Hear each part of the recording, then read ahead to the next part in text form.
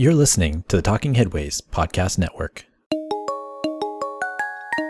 This is Talking Headways, a weekly podcast about sustainable transportation and urban design. I'm Jeff Wood. This week we're joined by Erin Clark, Chief Real Estate Investment Officer of the Denver Housing Authority. We chat about the redevelopment of Sun Valley, a public housing project built in the 1950s that is being reinvigorated by new investments in public housing, parks, and community.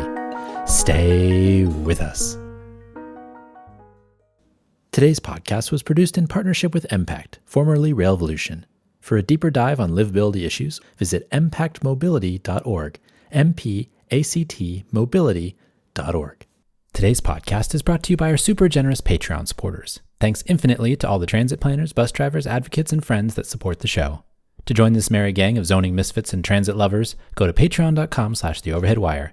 $2 a month will get you some stickers and a handwritten note. $10 a month will get you one of our transportation scarves. We appreciate everyone's support over the last year and look forward to sharing more episodes in 2024. That's patreon.com/theoverheadwire. Also, if you want to support the show in other ways, check out the show notes in your podcatcher or go to theoverheadwire.com to find links to our Cars Are Cholesterol merch, our Talking Headways book club shop at bookshop.org, or sign up for a 2-week free trial of our 18-year-old daily newsletter and archive. Thanks for supporting, and this year make sure to listen to the space for opportunities for happy hours, live performances, and updated information on coming attractions. And now, let's get back to the show. Erin Clark, welcome to the podcast.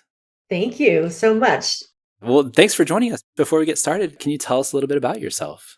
Yeah, so I'm Erin. Nice to meet you. I'm an urban planner and a real estate attorney. And so I came to urban planning very organically through college and studied sociology and architecture. And I didn't know that urban planning was a thing. I thought I'd created something really unique. And then I was like, oh, people are already doing this. Great. Okay, I'm going to do that. But really just thought about how the way that spaces are designed can either hinder connection between individuals and different groups or help foster connectivity. And I want to remove those impediments and help increase the connectivity. And so, yeah, loved working in land use, but overall really wanted to be more proactive and focusing on development and how to coordinate all the different folks that get together to build thoughtful spaces. And then realized everything is layered on top of property law and our zoning codes and statutory things. And so I thought I'd go learn some of that too. So I added law, real estate law, so that I could use those tools as well, but went to law school not to be a lawyer. I went to law school to help be a better planner developer. And now I get to bring all this together in the affordable housing development space. That's awesome. So what's land use law college like? I remember taking planning law in my master's classes for planning, Nolan, Dolan, all that stuff. Yep. But I'm just curious what it's like to get to the next level. It's really, so I started out with a master's in planning and so had that same piece. In law school, you're just learning everything. It's all the same things that any lawyer is going to need. I just knew I didn't want to be in a courtroom at all. So it was much more just on kind of contracts and statutory interpretation and those things. I didn't have a specialized land use law class, but I did take a number of real estate law courses, residential and commercial. Also, tax law was very important in terms of how people structure their partnerships that they're going to enter into to own land and to sell land, and there are tax consequences. But really, it was about negotiations, transactions, and then, like I said, really about the statutory interpretations. So the same way, like taking a constitutional law course really helps inform the dynamics, the tensions that we see in practicing land use in terms of what is the public good versus what are our private property rights. And so, yeah, I think kind of from a land use perspective, the most targeted specific course was just property law, understanding all of the ways that we own property, our relationship with property. And as I said, I see in my work every day that tension between what are we doing? How does this private property serve the public and also serve who owns that land? And that's just going to be a forever, just a philosophical debate that we always have. Yeah. So then now you're at the Denver Housing Authority. I am. I'll be coming up on 2 years at the Denver Housing Authority, or DHA for short, in just a few weeks here. That's awesome. What brought you there? So, as I said, I just came to DHA 2 years ago, and this is year 6 for me in affordable housing overall. But I actually love that I came to it after an established career as a planner working on the municipal side, as an attorney representing developers and working on public finance and how to issue bonds to then help fund development of infrastructure, and just working on all these different levels of private sector, public sector, how these come together to make deals happen. And then ultimately to do that in service of public needs, which housing that is affordable to humans at whatever income level they are at a given time, or enough housing that as our incomes change throughout our lives, going up and down as they may, that those opportunities are there. And so, yeah, I started my career as a planner working for a city, moved on to real estate law in some small law firms, did some landlord tenant work, but also was very much involved in policy through all of that. And I served on the planning board for the city of Denver for a number of years. And it was through just some conversations with folks and seeing other developments that were happening that I met someone who runs an organization called Urban Land Conservancy, or ULC, which is a Denver-based nonprofit organization. It's 20 years old now, and they really use real estate to kind of try to work against the market in some ways, not anti-market, but just in helping to corral real estate for community benefits. And so that means land banking. It means helping to have properties that we can hold and then have developers come in to partner with us to build permanently affordable, be it housing, sometimes it's commercial uses. So there's below market rates that they can offer to other nonprofits so that we maintain some actual diversity of uses and users in our communities. There's a lot of land uses that don't generate high dollar values. But if we didn't have libraries, if we didn't have schools, if we didn't have service providers or, people doing really interesting things like food incubators and things like that as they're trying to get going, I think that's really the spice of life. Like that's really what makes a community a complete community and really interesting. And as land prices go up, and as a lot of those are the types of uses that get priced out, and that we don't have anymore. And then we see just a lot of the same businesses everywhere. So that's how it was, someone taking a chance on me and kind of looking at my background and saying, come work with us here. I served as the vice president of master site development there. And then through that work, after a number of years, have evolved that into now leading real estate development work for the Housing Authority. That's awesome. And so let's talk about one big project that you're deeply involved in. Let's talk about Sun Valley. Can you paint a picture of what the neighborhood kind of looked like, maybe back in 2010, 2005, in the early aughts?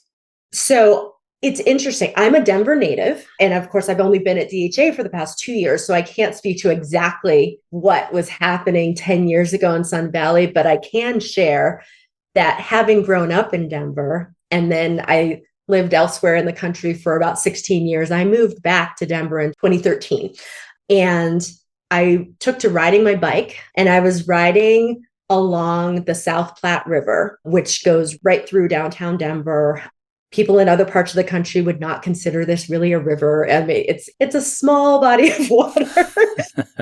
It's not the Mississippi. It's not the Chicago River. We don't have boats going up and down it. But for us in arid Colorado, in the plains here of Denver, it can be quite lovely. And there's a really great path along that river. And I was riding my bike and I looked to my right and I saw these red roofed kind of row homes, a series of maybe 4 or 5 connected units. And it'd be kind of a fourplex on an angle. And then there'd be another one. And I was just like, what is this? It all looks the same. They're all the same color. What is this housing over here? And then I saw a sign that said Sun Valley Homes. And I said, oh, I think that's public housing. I've never heard of Sun Valley. I've never seen this before. It is just south of the football stadium where the Broncos play. And so I've been there a lot. I see this. This is a big iconic thing. I had no idea that people have been living there all of this time. And so I say that and kind of share that bit of the story in that I've heard a lot of other people who are familiar with Denver express similar feelings that some of us were really unaware of Sun Valley. But now that I'm working with folks that have been in Sun Valley for many years, I realize the people of Sun Valley care deeply about Sun Valley. It has meant everything. And so this is an incredible small neighborhood, about 30 acres total. It has been essentially landlocked. It is surrounded by large physical barriers. It's bounded on the east by the South Platte River and Interstate 25. And then to the north is the football stadium and Colfax, which is, I've always been taught, it's the nation's longest continuous commercial highway. And then to the west is Federal Boulevard, and to the south is 6th Avenue. Colfax, Federal, and 6th are all state highways. So these are commercial, large arterial roads. And then here's Sun Valley. And it has been smaller bungalow style, single family homes. And then also those row homes I was speaking of before, that was 333 public housing units. Denver Housing Authority, in the records that I've seen, purchased that property back in 1951. The Housing Authority goes back to 1938. So we've owned this land for a number of decades. Generations of people grew up in these Sun Valley homes. Sun Valley as a neighborhood has been historically one of the lowest income communities in Denver. And Denver being by far the largest city in the state of Colorado, that means Sun Valley was also one of the lowest income communities in the state. But what's also really interesting is it has by far been the most diverse community in the city of Denver and therefore in the state of Colorado. Today, we see a lot more diversity in Aurora, which is the third largest city in Colorado and is just east of Denver. But within Denver, Sun Valley's been really special place. It's been a place where a lot of immigrants and refugees would first settle in coming to Denver. So what I've heard is regularly over 30 different languages were spoken by the residents of Sun Valley. So there's a closeness to the neighborhood. That physical separation with all those barriers created a really close-knit community of folks because they're not connected to a grid outside of this neighborhood. So like a lot of the rest of us, I grew up on the east side of Denver. I didn't know to come into Sun Valley, and vice versa. A lot of folks weren't venturing far outside of Sun Valley, apart from going to work and other places, because there's not a lot of employment right here. It really is a residential neighborhood, but there's also a number of really interesting services, early childhood education, and an organization called Sun Valley Kitchen. You can buy food. It's like a small restaurant. There's a lot of community meetings there. So there's just a lot of kind of those organic gathering spaces within Sun Valley that have been there for a really long time as well. So then fast forward to now, there's redevelopments happening. There's been a plan in place for a while. What sparked that plan initially? Folks are so, pulled into and connected to the place. What sparked thinking about maybe we can do something a little different here? So there are a few things, and this is where kind of the formal planning piece comes in, but very much involving a lot of community engagement. So a lot of it is sparked by transit, actually. So it starts with Denver having a number of years ago, the region having invested more heavily in regional and commuter transit, light rail lines, bus lines. Obviously, we're a Western state, Western city. We have built really broadly and sprawling and have been trying to kind of retrofit that and not be entirely car dependent. So I speak to that because part of the light rail planning involved the West Line light rail to connect downtown Denver out to Golden, the town of Golden, west of Denver. And along that line are now a number of station area plans were created. So the city and the Regional Transportation District worked together to create area plans around transit nodes. So one big planning effort that has now sparked redevelopment of Sun Valley is the Decatur Federal Station Area Plan. So that was looking at this whole area as a transit-oriented development and anticipating higher density to come to this area in the future. Following on that station area plan was also a general development plan. So that is kind of a neighborhood scale plan, again, focusing on increasing density, increasing connectivity, open space. We have this river next to us, but otherwise everything is concrete. And so how to have more green space brought in to this area as well. And so the Housing Authority actually was a part of those efforts, and then built upon that to apply for a highly competitive grant from HUD, from the Department of Housing and Urban Development, that we won. And so in 2014, we got a planning grant from HUD through its Choice Neighborhood program. And then in 2016, we were able to successfully get a HUD Choice Neighborhood implementation grant.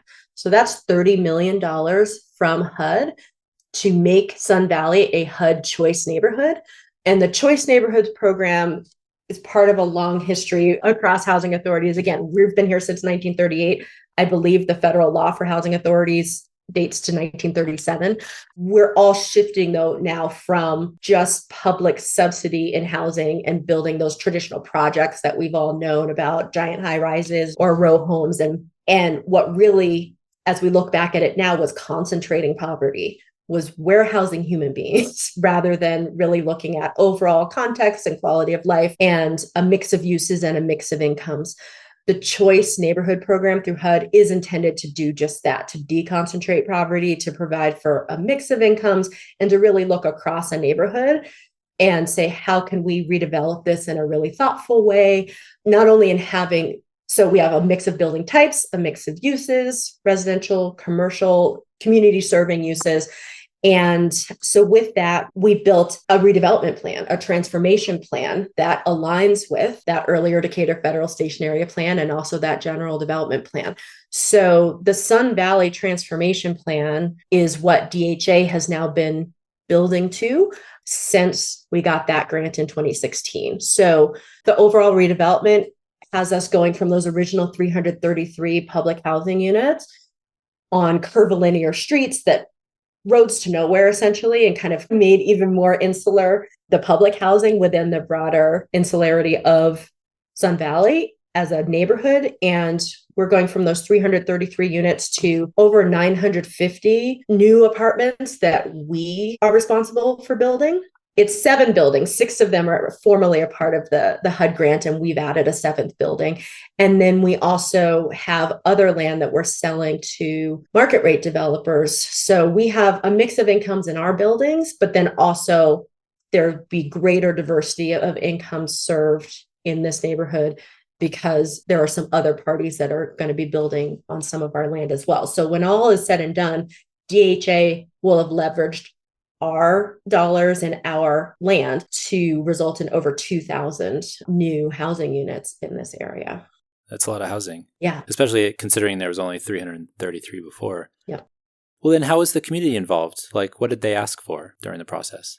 So a part of this has been, yes, we're increasing density, but we really took a holistic look at community needs. So we're also building a park. So we're building all these housing units, but we talked about a lack of open space. So we are looking to get a contractor on board now and start building next year the first phase of 2 to build an 11-acre riverfront park. So that is also on land that's owned by DHA, but that is not where we're building housing. We're building this park that will be a regional park. The first half is kind of the more contemplative area, and then the north half will be a little more active. But that has been a labor of love and an ongoing intentional work with Sun Valley residents and stakeholders over a number of years.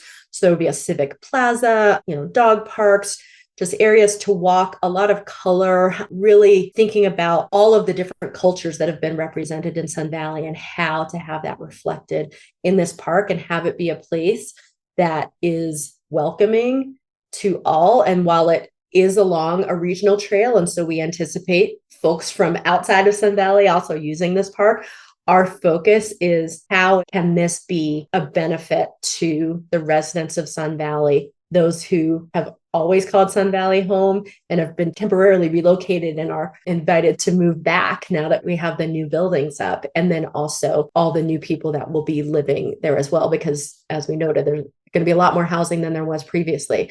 The redevelopment plan itself was very much working with community. We created a number of meetings and community groups to provide feedback, to put together the plan, to come up with healthy living goals that are kind of the North Star for the development. So focusing on food access, open space, family and connectivity. On the food access piece, that was very critical to the residents of Sun Valley. Again, building on that theme of a level of disconnection, physical disconnection of this neighborhood. Sun Valley, it's surrounded by major thoroughfares, but it doesn't have any right through it. And so that's not where a large format grocery store would come. And also we know that large format grocery stores look at demographics. They look at number of housing units and they look at the income levels of the people in the housing. This drives me endlessly crazy because we all need food and we will all pay for food, and to not be able to have fresh food in this neighborhood or anywhere close was really a problem. The closest any food access is a block up the street at a 7-Eleven and a gas station. There's a Safeway grocery store, so that's like a Kroger, or that is about 2 miles north. We also have a number of residents in Sun Valley who do not have their own vehicles, so they would be walking up a hill to get to a big road, to ride a bus 1.5 miles, 2 miles, to go to the store and then haul everything back. So in order to address that, we conceived of and built Decatur Fresh Market. So in the first phase of new development that DHA has overseen, and that's 2 buildings called the Gateways, Gateway North and Gateway South.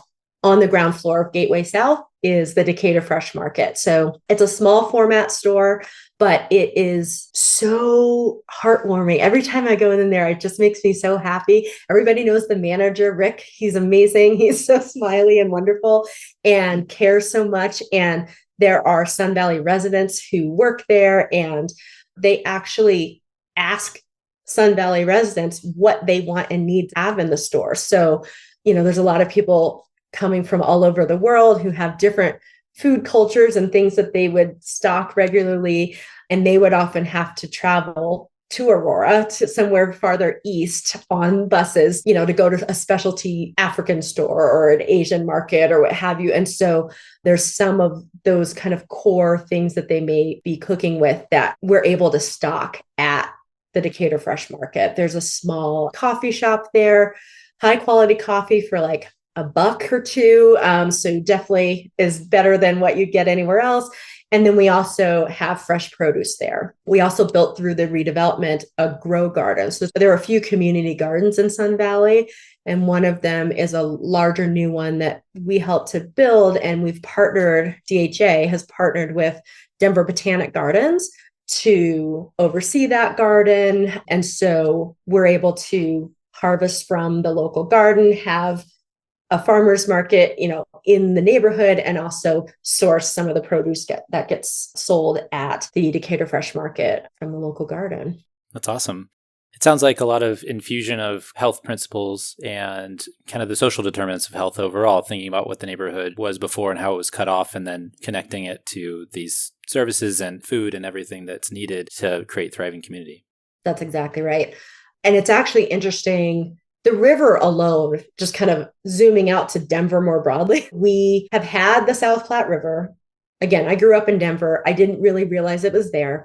We turned our backs to it for so long. It was where the freight rail lines would run, right? And industry and warehouses were along the river. It's only in more recent years that we're finally turning around, turning to face it, making it our front door instead of our back door, and recognizing it, embracing the river as an amenity. And so I think it's really interesting and exciting that Sun Valley gets to be a part of that renaissance for downtown Denver, because right on the other side of the river is downtown Denver, is Union Station, which in the past decade had a major historical renovation and a whole lot of new development there. Like our downtown is intended to expand by many acres in the coming 20 plus years, because we have basketball hockey arena that has a bunch of surface parking that's going to be redeveloped. We have a amusement park that's downtown and that's set to be redeveloped. All of these things are going to bring more housing. Sun Valley is also redeveloping in somewhat of a similar way, but with the priority on a community that was already there and on affordable housing. So the 950 plus units that DHA is building in Sun Valley, around 60 to 80% of them, of all of the units that we're building, are income restricted units. So they are, forever affordable housing. DHA continues to own the land. So we are maintaining that affordability in perpetuity. And then we have some level of unrestricted units there as well, with the intention to have people have options, right? Like, you love this neighborhood, but you shouldn't have to be locked into, you can live here as long as your income stays exactly in this small band for compliance purposes of affordable housing. And if you get a different job, if your income goes up, if your family composition changes, you'd have to leave. We want people to have options to move around within the same neighborhood and still maintain your ties, to your kids' friends and to childcare and all of the things that you would be used to having in and near the community that you know. And so I think that's a really exciting thing. And so we, as DHA, are keeping a close eye on some of the other big developments that will also be along the South Platte River and trying to weigh in on what affordable housing can look like there. It will be different. The mix will be 60 to 80% unrestricted and 20 to 40% income restricted housing. And so that's feeling also like it's going to end up being somewhat of a social experiment, and seeing kind of when we have predominantly affordable housing with some unrestricted and vice versa. And, we just want to make sure that however these things are done, it's done in a thoughtful way, that people are thinking about the end result and how this is going to feel as a community, and not only this is what we're doing because this is how the financing works to build these buildings. That is critical, obviously. Like, we can't dismiss how we fund new development, because if we can't find those financing sources, then the buildings don't exist and we have to build more housing. We are hundreds of thousands of units behind where we need to be. So just in basic demand supply, that's affecting prices. But when we stop there and we just pull together funding sources to close on financing and build a building, I think we can often miss some of what's really important about the lived experience in the buildings that we've built. And so I'm hoping that will remain central to the conversations for all of this other redevelopment that we're going to see.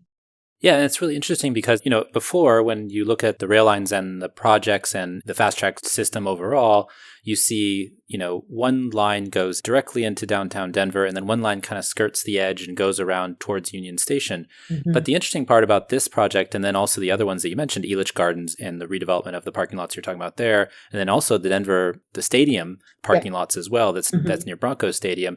If you kind of pull these stations together into like a string of pearls, you're giving people access to all of these new opportunities when you have those major redevelopment projects finished. And so it might be longer than people wanted from fast tracks, connecting people with places, but it really ties in these neighborhoods together, which is a really fascinating outcome of this project, but also the potential connections between the other two and Union Station, because you're bringing three massive redevelopment projects. I mean, 3,000 units is a lot, but then you get another 3,000 units, another 3,000 units.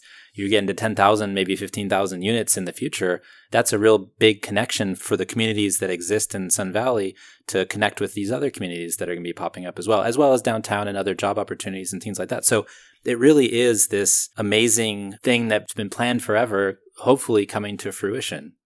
Absolutely. I mean, it really is all happening. A lot of us, we hear these plans, and actually just heard a colleague today who's not in the weeds of all the planning things that that other events are. And he was like, oh, but the amusement park is still there. And I keep hearing it's going away. And like, that's completely fair. We keep hearing that it's going to be redeveloped, but we're still going, the park is still there. People still go in the summers.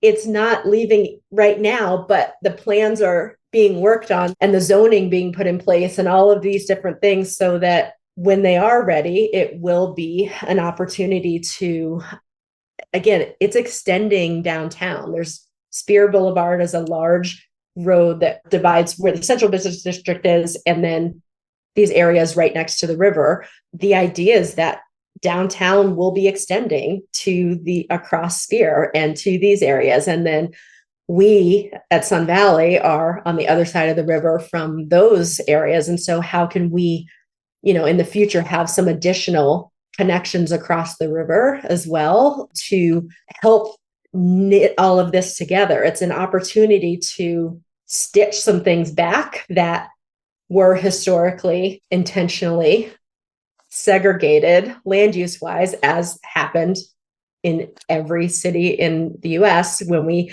created our interstate highway system and all these types of things, right? That this is Sun Valley represents being on the wrong side of the tracks, right? The wrong side of the highway and being kind of separated from the core of where the offices were, where the restaurants were. And we were just kind of home to warehouses and things that people were not looking at as desirable, but we're changing that. I'm also curious what elements of the project kind of stand out as a model, as something that maybe can be replicated in other places, or can it be replicated in other places? I think there's so much that should be replicated, but some of it's physical things, but a lot of it is just the intentionality, the focus on community and looking at context and kind of how we develop. But kind of the tangible things are just really high quality housing. As we said, anyone who's working in affordable housing, we are not in the business of concentrating poverty. We are in the business of building great homes for people that they can actually afford. I think affordable housing is a really interesting term. We'll hear some people try to say attainable housing as well. And so they'll look at affordable housing as housing with government subsidies to make it affordable. And attainable housing is housing that we're building that's market rate housing, that's not subsidized, but maybe it's smaller units or what have you, and we're bringing the price down. Either way, whether it's attainable, whether it's affordable, everything is affordable to someone. It just depends on what your income level is. And so we want to make sure that, as we said, we're thinking about all the different options and that there's a life cycle, there's a continuum of housing opportunities in an area with a lot of new housing. We really listened a lot to the former residents of the Sun Valley homes. What would they like to see? What did they like about the homes that they had? And what did they want to see improved? Something that was great, actually, for the original Sun Valley homes is that people had a front door and a back door. These were row homes, so they were walking out to grass. And so now we're building, 6 to 12-story buildings. Not everyone's going to be able to just walk outside and see their neighbors. So even up high, we try to incorporate, there's some skywalks, open air. Even when you live on the 7th floor of a building, you have an opportunity to get some fresh air outside of your own unit. We have rooftop amenity decks. We have one building that has an amenity deck on the 3rd floor. It's accessible from a lot of different parts of the building. You don't have to only enter from the shared community room. You can get there from the 4th floor and come down. This building, it's called Thrive. And it was also Shopworks is the architect of that building. And they're a local architecture firm that does a lot of research and implementation of trauma-informed design. It's most notable in the Thrive apartments, but it is absolutely a part of everything that DHA has overseen being built in Sun Valley, because that's the families that we're working with. A lot of them have experienced levels of trauma, and we want to make sure that we're building spaces that feel safe, that do not feel like a warehouse, that do not feel like there are lost spaces or forgotten spaces that no one cares about. So, for example, one of my favorite things in the Thrive apartments is just that the major stairwell has glass, has windows all the way up. So it's not just concrete that is, this is a utilitarian space where you just use it to go up and down. It's actually really beautiful. The stairs kind of go at an angle. And so you feel engaged, and it's a wide open space. You feel air, you can see where someone else might be, because you can imagine how it can actually be stressful to be in a stairwell and hear the footsteps of someone else above you or below you, but not know exactly where they are or who they are, that you're guessing. So it's just those types of details. We have long hallways, but they're never straight. They're a little bit jagged, and they make sure to include sunlight coming in midway through. There's seating areas along the way, and just a lot of those types of things to really help folks feel a sense of community within each building. And then also that all the buildings together create a sense of community. Other things that we learned from the Sun Valley Homes residents was just there's a lot of multi-generational families. And so they wanted to have spaces that felt comfortable to all be together, but also where, the young kids could be apart from the grandparents, that type of thing.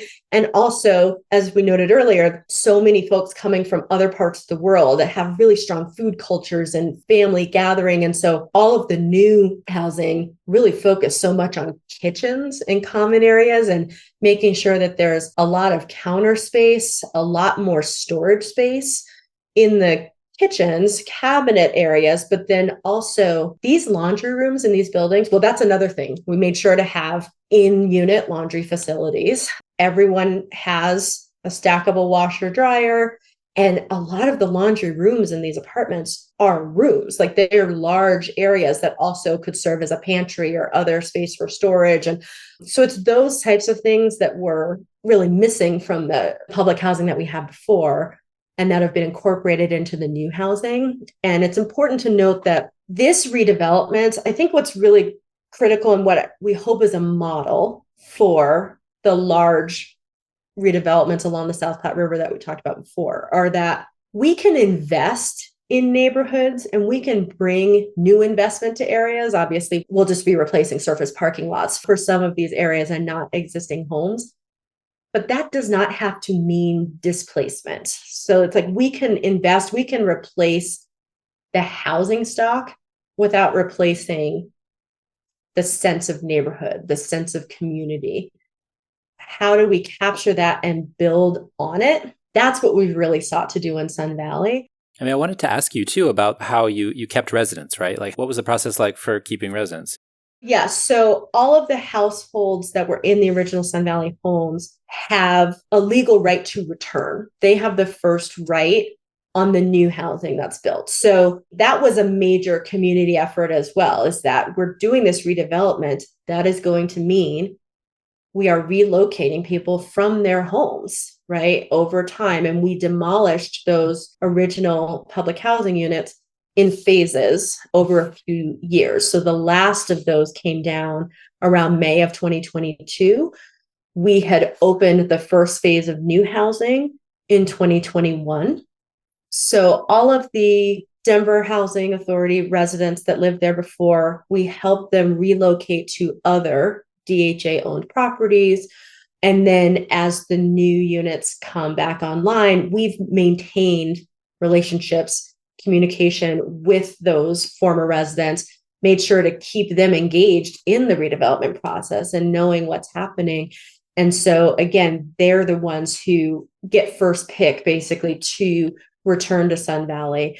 We anecdotally have heard that across the country, you can expect maybe between 5 and 10% of residents to return to properties.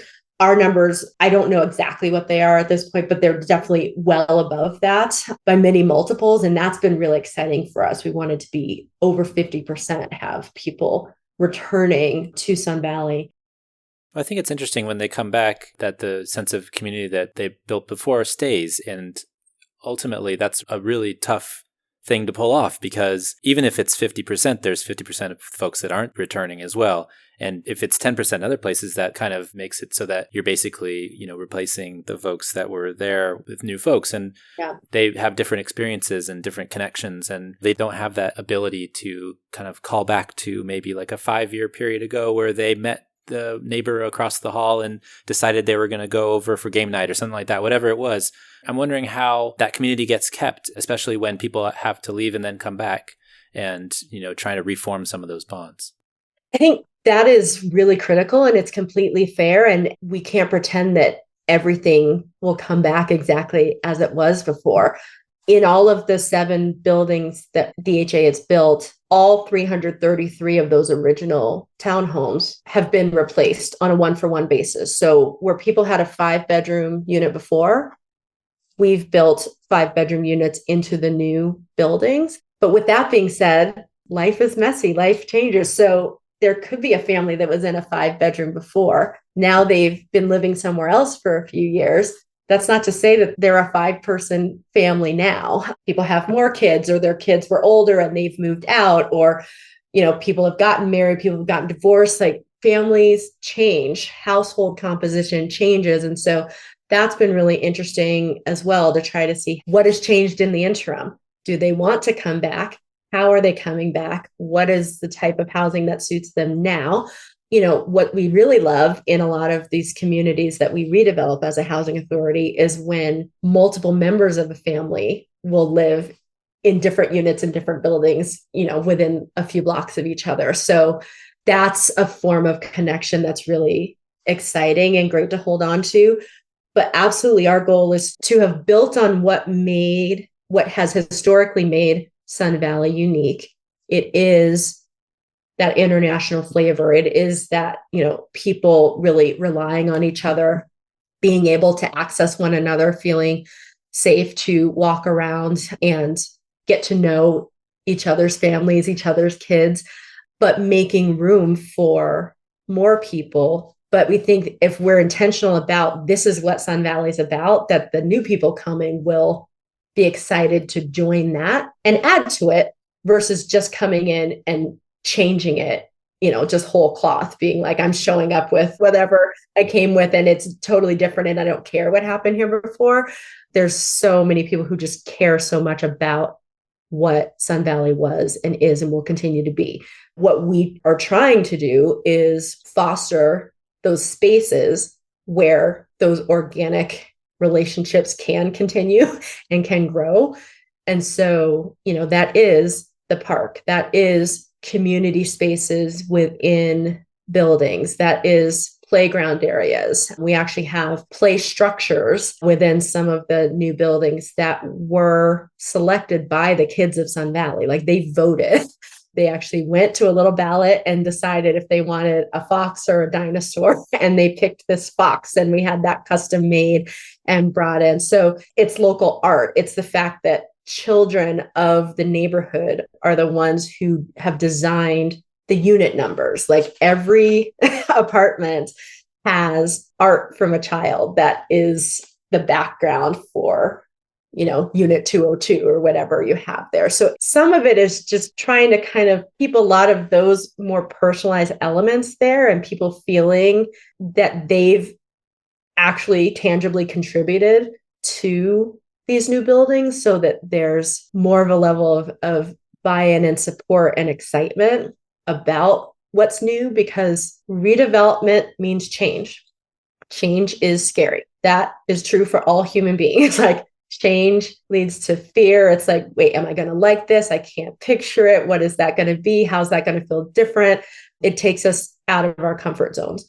And so we've tried to work with individuals to be along with us in the process. And the more that their voices are not just heard in a meeting, but that it's showing up in what they physically see there.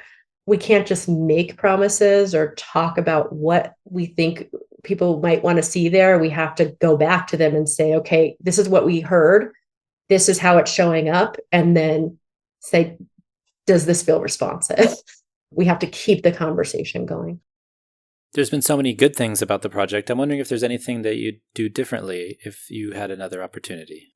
Oh, there's a ton. Yeah. I mean, that's everything in life, everything in development is iterative, and there's decisions you make at a given time, given what you know and the constraints you have then that you'd probably do differently going forward. Some things are just different from the first two buildings to the last three that are under construction now.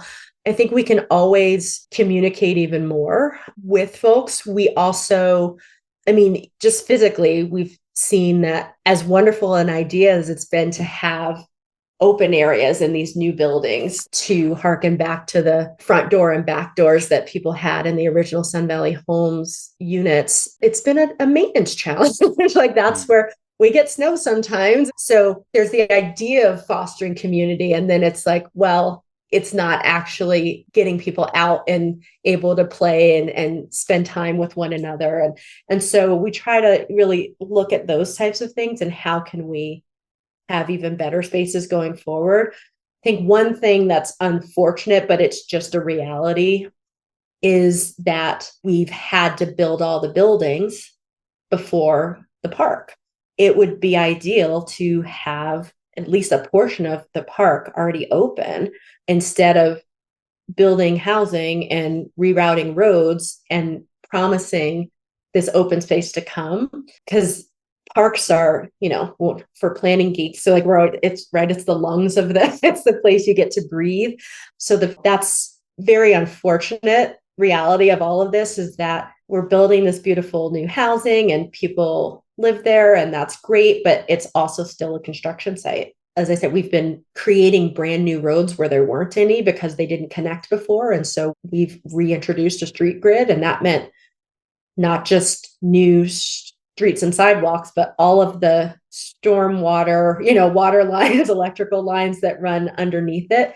Everything had to be rerouted and redone. And so that's a lot of work. So that's, again, this is just the order that things had to come in for a lot of different reasons, but really wish we could have changed that and have more of those community spaces coming sooner.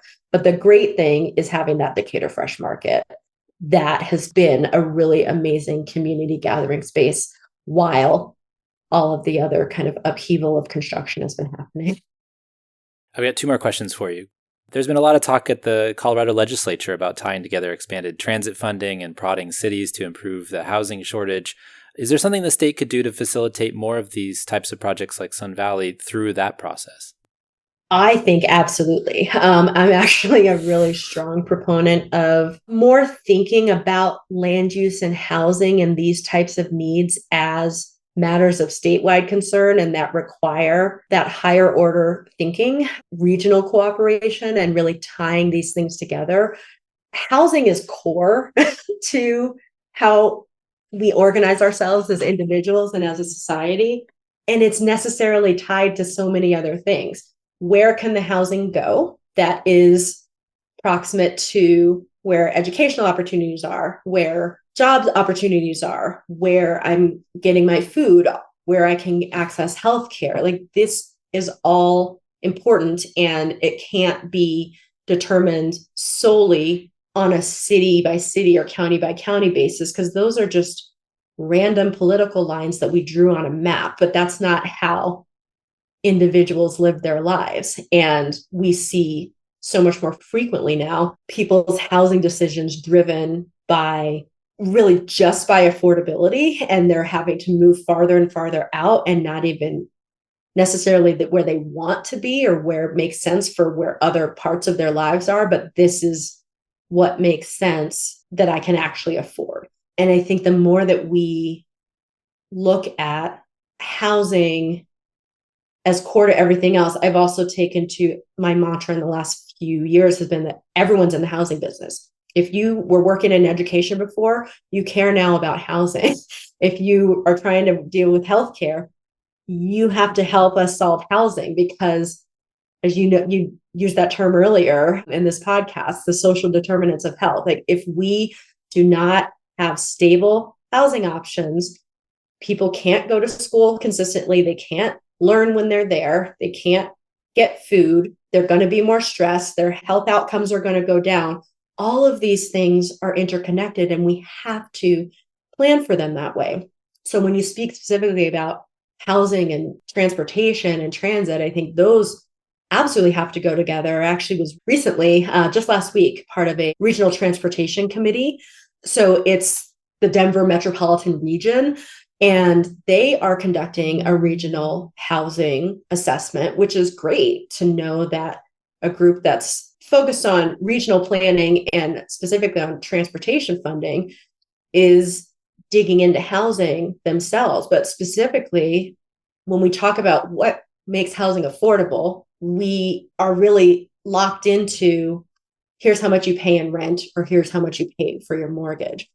The more data that we can understand about the housing piece, the housing cost on its own, and marry it with the other daily costs of life. And a big part of that is your transportation. So are we only providing housing options in places where people have to drive a car? So now what is the cost of owning that car and of the insurance and what have you, and how many miles you have to travel versus is there a transit option right now in a Western city like Denver? And I used to live in LA. It was very much this way where sure, there's a subway, there's some light rail, but it's only good for point A to point B. You can't add any C's, D's, or anything else in there. And that's very much how we are here. It's just like maybe you can go from home to work, but you can't make a stop to go to some store or to pick up your kid at dance class or anything like that. If we could factor in those costs, I think we'd make some different decisions about where we site housing and the level of density that we put there. Here in the city of Denver, like there are policies that promote higher density housing along transit lines. But a lot of times the transit's not in useful places yet, or we are building higher density housing, kind of hoping for the transit to come later. What if we actually planned all these things together? Wow, amazing. And so going back to planning school. Yeah, exactly. But I think that it really does have to come from regional organizations and from the state to help provide the data to help individual cities make those decisions in context, because otherwise we're all making them, one parcel at a time within my one jurisdiction. And it has all these other impacts on neighboring cities, on neighboring communities, on the whole ecosystem of housing and mobility. I think we're going to see more discussions about the housing theory of everything coming up in the next decade, just because how it's connected to everything, like you said. I mean, all the things you mentioned, we've talked about on the show many times, but just pulling those things together and getting out of our silos is really hard. But you're right. I mean, regional and state thinking are really important. And that's kind of the impetus for the question. But sometimes it's a little messy politically because of how people feel about home and change. And you mentioned change being hard for everybody earlier. And I think that's one of the things. My last one is, where are you at now with the project? When is it finishing? And what are you hoping to see over the next few years?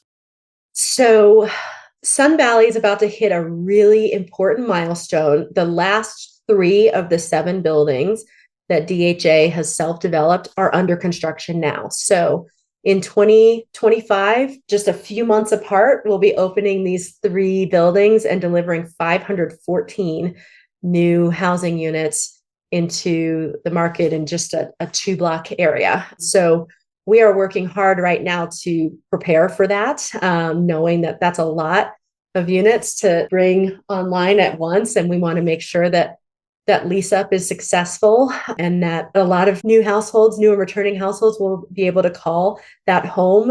In particular, the last of those buildings will be a 12-story high rise that's 100% affordable, and it's for seniors and non-elderly disabled residents. And so that one, all of the others are really intended to serve families. And as we said, have, a mix of income levels there. That last building flow will be different. And we're excited to be able to provide senior housing specifically. And then also in 2025, we'll be constructing the first 5 acres of the Riverfront Park. And so these final 3 buildings are directly across the street from that park. And so that's going to be really exciting as well. And it's a park that DHA is overseeing the construction of, but ultimately It will be a city park. We will be dedicating that back to the city to own and maintain going forward. And then we just have a lot of other opportunities. We're under contract on the vacant land that we own that we're looking to sell to market rate developers. So that is a total of, it's another 1,000 units on those 3 parcels. And so we'll be facilitating closing on those deals and seeing those be built as well. Finally being done with all the infrastructure that we're building. We're doing some environmental remediation work in Sun Valley. There used to be an XL tank farm with these giant oil tanks there. 3 of those, we had those successfully demolished last year. And so still have to figure out what the future of that land's going to be, but a large portion of that will be the final phase of the park. But ultimately just, seeing people moving in, seeing how this all lives and feels as a community and how we can just continue to help foster the connectivity between Sun Valley residents and introducing Sun Valley to other people who were like me years ago, where I didn't know what this place was. And now it's just, it's really a jewel of the city. And we want to see everybody get excited about it the way we are. Yeah. Well, there's so much more we could probably talk about, but where can folks find out more about the project if they want to? So we are actively updating the Housing Authority's website and having improved property information there. So certainly people can go to denverhousing.org to see all of the different work we're doing. And then we also created some standalone websites for some of the newer buildings. So one of those is thrivedenverliving.com. And then another building is called Greenhouse, Greenhaus. And there's a website, greenhousedenverliving.com. So that is for 2 of the apartment buildings. It has a lot of great photos and 3D walkthroughs of the units, that type of thing. And we also have a map on the DHA website where we show just all of the redevelopment that we're doing, all of the different buildings and what that looks like. So but we're trying to get more content up all the time. Well, I look forward to visiting someday. Please do. When There's probably an giving tours. Conference or something around there and checking it out. Well, Erin, thanks for joining us. We really appreciate your time. Thank you so much. This was fun.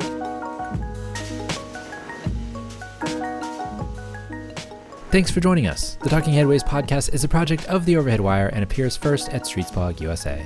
Thanks to our generous Patreon supporters for supporting this show and Mondays at The Overhead Wire. You can support the show by going to patreon.com/TheOverheadWire.